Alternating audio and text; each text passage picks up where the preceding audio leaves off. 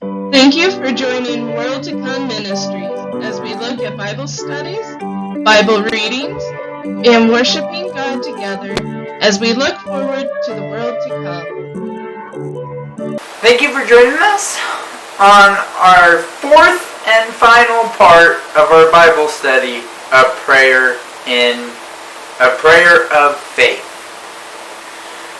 So, if you haven't already, go check parts 1, 2, and 3.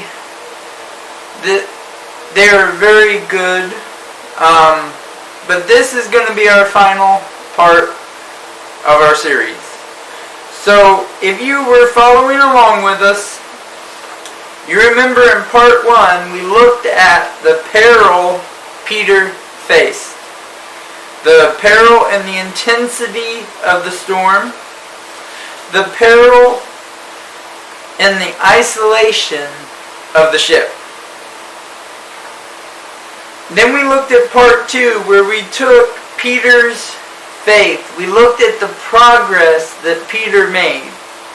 With Peter's faith, Peter's focus, and how he never lost sight of God.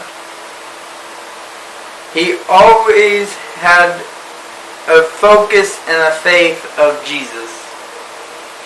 Then we took a look at part 3 where he prayed the prayer that he prayed.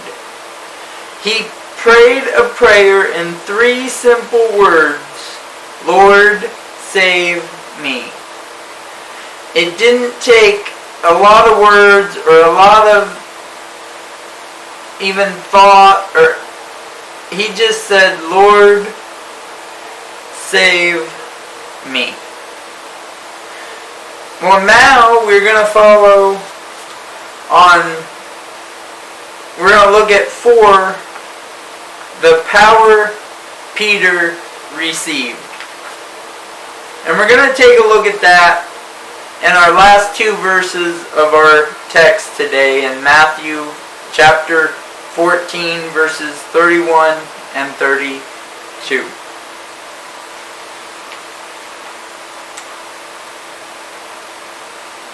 And immediately Jesus stretched forth his hand and caught him, and said unto him, O thou of little faith, where dost thou doubt?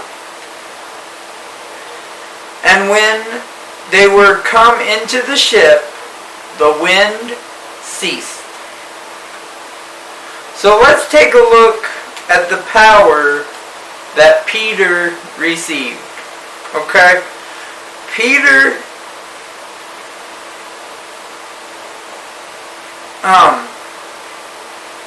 Peter's faith brought a powerful response from Jesus.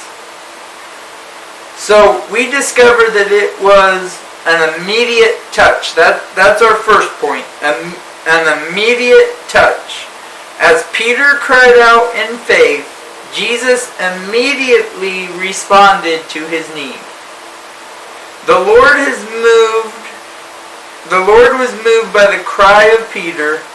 Although the Lord rebuked Peter for lacking the faith to stand, he responded to his cry of help. Jesus saved him before he perished. So, I am not advocating that Jesus will answer every prayer we pray the way we desire immediately. He may want to teach us something through the storm that we face. But he will meet our needs. Even if he allows us to remain in the storm, even if he doesn't take that burden away, but he will meet our needs. We have the assurance that he will be there with us. He will be in the midst of that storm with us.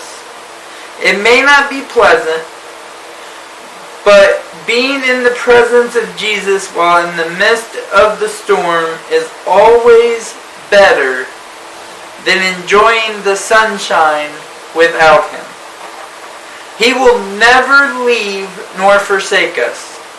He is preparing a home in heaven for the saved right now, this minute. We are secure in Jesus Christ.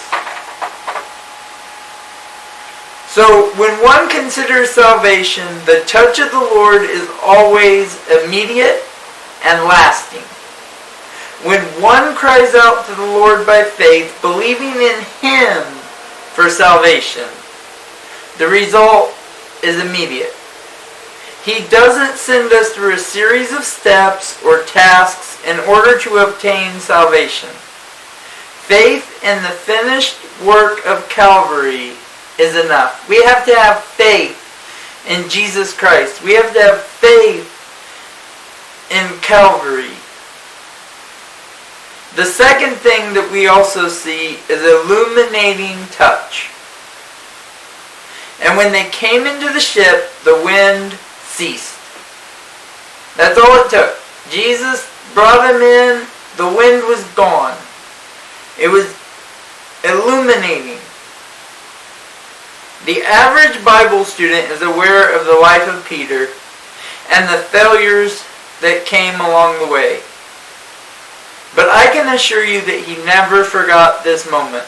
This moment that he was in his time of most desperate need, Jesus reached out and saved him.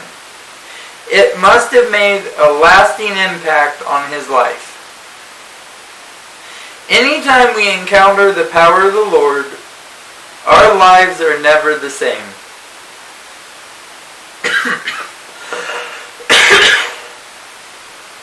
We may stray and fail at times, but the touch of Jesus is something that we will never get over. I still remember the day He touched me in salvation. There's been a lot of times that the Lord has heard my prayers and met my needs. I am not something special just because I'm in front of the camera saying this. I know that just because Jesus saved Peter, and I'm not absolved from going through storms. If I ask Jesus, when I ask Jesus to save me, He saves me, and He saves me immediately. So, each one of those encounters revealed His glory and taught me more of Him. They created a desire to be near Him and receive His touch. A life touched by Jesus will never be the same as before. So, as we wrap up our series, there is no doubt that Peter faced a desperate situation. But he was never alone. Jesus responded to his prayer of faith and met his need. Maybe you are in the midst of a storm right now. And maybe you cannot see any way out. Bring it to Jesus. Recognize Jesus. Submit to Jesus. Have faith that Jesus will respond to your situation. Have faith that Jesus will save you. If you have never been saved, Jesus stands ready to pull you from the sea of sin immediately. Not 3 weeks from now, not a month from now, not until you work your way to heaven. He is there to save you immediately if you call out to Him. He can deliver you into the safety of the ship of grace. Call upon Him right now and He will respond. I don't think I can say it any better than that. No matter what storm you are going through, no matter if you have been saved for 100 years or if you have never been saved, Jesus is there to deliver you. He is there.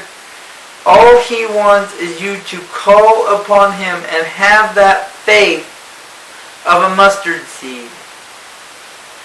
Call upon Him and He will respond. Thank you, and I hope you enjoyed our series. Don't forget to check out our other videos, and have a great day. Thank you for watching. Please like and share this video, and join us next time as we worship God together. In the meantime, keep looking forward to the world to come.